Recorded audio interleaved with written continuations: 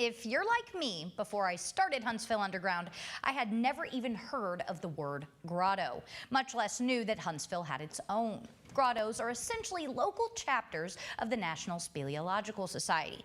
And you may or may not know this, but the National Speleological Society is headquartered right here in Huntsville.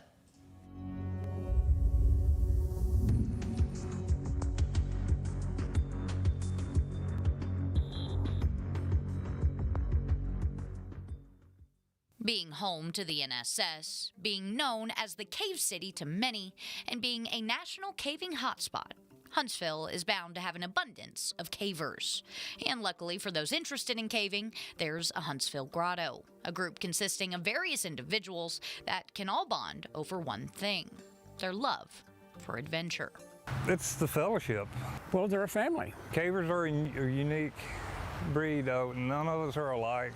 We have a lot of scientists, especially in Huntsville, and engineers. I have a lot of friends that are engineers. We come from all different walks of life. We all have different jobs, different careers, different family structures. And that's pretty darn nice when you're down in, you wouldn't normally, I wouldn't go out and hang out with engineers, but hang out with cavers. We're all drawn for the love of what we do underground. Beyond fellowship, getting involved in your local grotto will provide the opportunity to learn more about the sport from folks who are pioneers in it. It can be difficult to find people to take you caving. That's why it's important to go to your local grottos. Huntsville Grotto is an amazing grotto. Those are the people that are local to you, that you begin your caving experience with, that teach you conservation and safety. And you can meet people and get some experience so that you can cave the correct way, do it cleanly, safely. You begin to grow with those people and get to know them, and then they're the people that you want to cave with, and you get to know each other, and then they just become your family.